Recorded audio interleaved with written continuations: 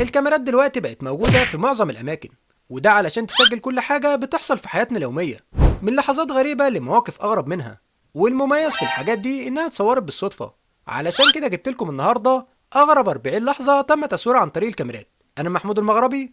لو عجبك الفيديو ما تنساش تدعمنا بلايك واشتراك في القناة. صلى على الحبيب ويلا بينا نبدأ الفيديو. الراجل ده بصراحة أستاذ في رص رفوف فوق بعضها، حتى شوف بنفسك هنا. الحرامي ده في اللحظة اللي كان بيسرق فيها الشخص اللي قدامه اكتشف ان كاميرات المراقبة شغالة وبتصوره، ضحك للكاميرا ورجع الحاجة اللي سرقها للشخص تاني. انا بصراحة مفيش حاجة عجبتني في القصة دي قد ضحكته للكاميرا. ده حرفيا اغبى موقف واغبى شخص ممكن تشوفه في حياتك. تخيل ان قعد 3 ساعات كاملين يحاول يفتح الباب اللي قدامه ده، والغريب ان الزرار اللي بيفتح الباب كان قدامه طول الوقت. تخيلوا معايا ان دي اغرب سرقة ممكن تشوفوها في حياتكم. شوفوا الست دي لما سرقت الصندوق قررت تخبيه فين. يخرب بيتك يا شيخة، المفروض يدخلوا اسمك في موسوعة جينيس على اللي عملتيه ده. صدقني لو جينا نتكلم عن الحظ مش هنلاقي اكتر من الشخص ده محظوظ بشكل مش طبيعي على اللي عمله في اخر لحظة. حرفيا الحظ كان معاه 100%. الراجل ده شكله كان ماشي على اللوكيشن المظبوط والحمد لله وصل بالسلامة. الحمد لله على السلامة يا كبير. عارف لما تبقى نفسك ترجع بالزمن علشان تصلح كارثة عملتها؟ اهو الشخص ده كده بالظبط. الحمد لله على السلامة يا كبير. تخيل كده تبقى واقف بترمي الزبالة وفجأة دب يطلع في وشك. اتمنى لو لسه مكمل معايا لحد اللحظة دي تصلي على الحبيب وتعمل لايك للفيديو. الاتنين دول قرروا يعدوا البوابة دي. الاول رجليه اتعلقت زي ما انتوا شايفين، والتاني بدل ما يساعده بقى عمال يمرمط فيه مرمطة السنين. ده كويس انكم ما طلعتوش حرامية، كنتوا اتقفشتوا من اول مرة. الكاميرات صورت الفار ده وهو بيسرق قلادة من محل مجوهرات. تخيلوا الفيران بقت طموحها اكبر بكتير من مجرد سرقة حتة جبنة. صاحب التوك توك ده حاول يستخبى في المكان ده من العاصفة الشديدة، لكن حظه كان وحش قوي. الو النحس دايما عارف صاحبه زي الشخص ده. الراجل ده لقى نفسه متحاصر بين العربيتين ومفيش مخرج، فقرر يحل المشكلة بطريقته الخاصة. شوفوا هنا هيعمل ايه. دي احسن طريقة زحلقة ممكن تشوفها في حياتك. لما الناس تقولك ان كرة القدم عمرها ما هتفيدك، الراجل ده قرر يجرب الواقع الافتراضي، ويا ريتك ما جربته. وهنا بقى لما التروسيكل يكون زهقان من صاحبه ومن الشغل ذات نفسه. كاميرات المراقبة صورت لحظة مرعبة لما الشرارات الكهربائية نزلت زي المطر على الناس في الشارع، وده بسبب صعقة ضربت أسلاك الأتوبيسات اللي ماشية بالكهرباء في روسيا. والمشهد هنا كان زي فيلم رعب بالظبط.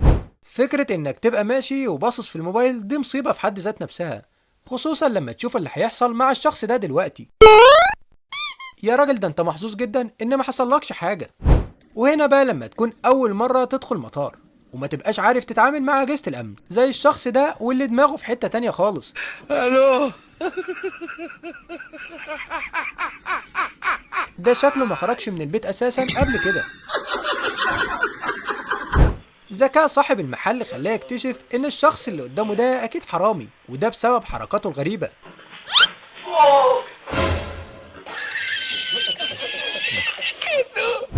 الأطفال دول كانوا عاوزين يفاجئوا الجدة في المطار بلبس الديناصورات اللي هم لابسينه، لكن المفاجأة الحقيقية إن الجدة كان عندها نفس الفكرة. بجد شكلهم جميل قوي. بطريقة غريبة جدا الترابيزة اللي قدام الشخص ده فجأة اتكسرت لمليون حتة مرة واحدة. بصراحة ولا كانوا الشخص ده قدر يكسر الرقم القياسي في اللعبة دي. الو وعلى ما اعتقد لو الراجل ده ما مشيش من مدينة الالعاب دي بسرعة هيخسرهم فلوس كتير قوي. في الوقت اللي مندوب البيتزا وصل للشخص ده علشان يسلمه الطلب، تحس ان باب المكتب كان شكله متلكك. الراجل ده شكل اول مرة يستخدم الممر الكهربائي، والنتيجة كانت كارثة بكل المقاييس. شوفوا اللي حصل معاه. الو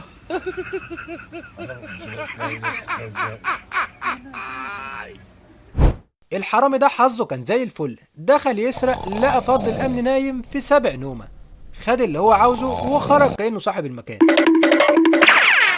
او اللي زي ده المكان كله ممكن يتسحب وهو لسه نايم. بتدور عليا يا معلم؟ ده الحرامي خلص وسافر كمان. الراجل ده بالغلط خبط رشاش الحريق بالسجادة. يا لهوي على ضغط المية، في لحظة الدنيا اتقلبت مية وبقت بحر. العامل ده شكله فنان، بيحط الحاجة بكل حنية، بس فجأة يا خراب بيت صاحب المكان، الدنيا اتقلبت بالفعل.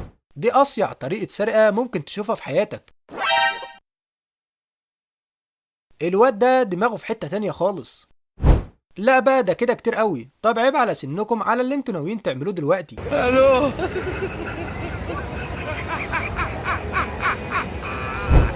الراجل ده وهو بياكل البيتزا شكل علبة الكاتشب عجبته قوي، راح حاططها في جيبه. يخرب بيت عقلك، تخيل ان ده فرد الامن اللي المفروض بيحرس المكان ده. ده المثل اللي بيقولك لما تكبر هتعرف. الشخص ده من كتر ما هو مركز في الموبايل هيعمل كارثة دلوقتي.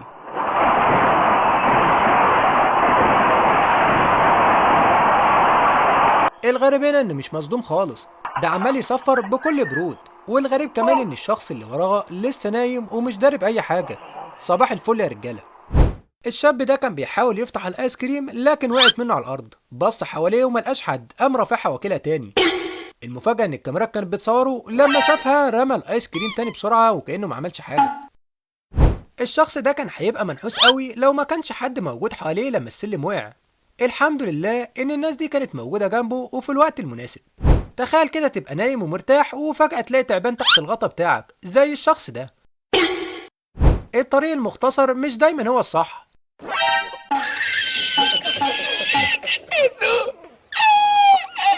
الست دي فعلا محتاجة تكشف على نظرها. افتكرت ان العربية عايزة بنزين، مع ان البنزين سايح تحت العربية زي المية، ولا هي واخدة بالها خالص. بس من حظها الحلو ان الراجل اللي راكب العربية قدر ينبهها بعد الكارثة اللي عملتها دي.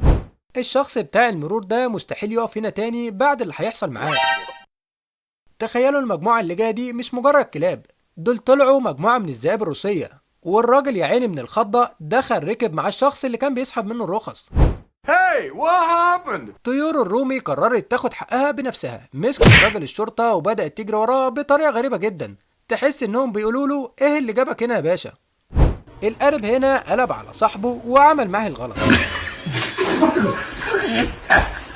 الطائر ده فعلا لياقته البدنية تكسفنا كلنا.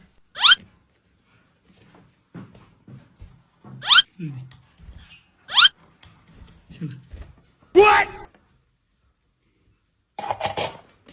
القط ده عامل فيها حارس المكان، ما بيسيبش اي حد غريب يعدي من جنبه. بسبب ان العامل ما عملش صدادة قدام الخرسانة اللي صبها، العربية راحت داخلة فيها ولابسة في قلب الخرسانة. والمشكلة العامل واقف زعلان ان العربية بوظت له شغله. طب ما كنت تعمل صدادة من الاول. وللأسف وصلنا لنهاية الفيديو، لكن الاوقات اللي دايما بقضيها معاكم بتكون من احلى وافضل الاوقات. ويا ريت ما تنسوش تدعموني بلايك وبالاشتراك في القناة. اشوفكم بخير، سلام عليكم.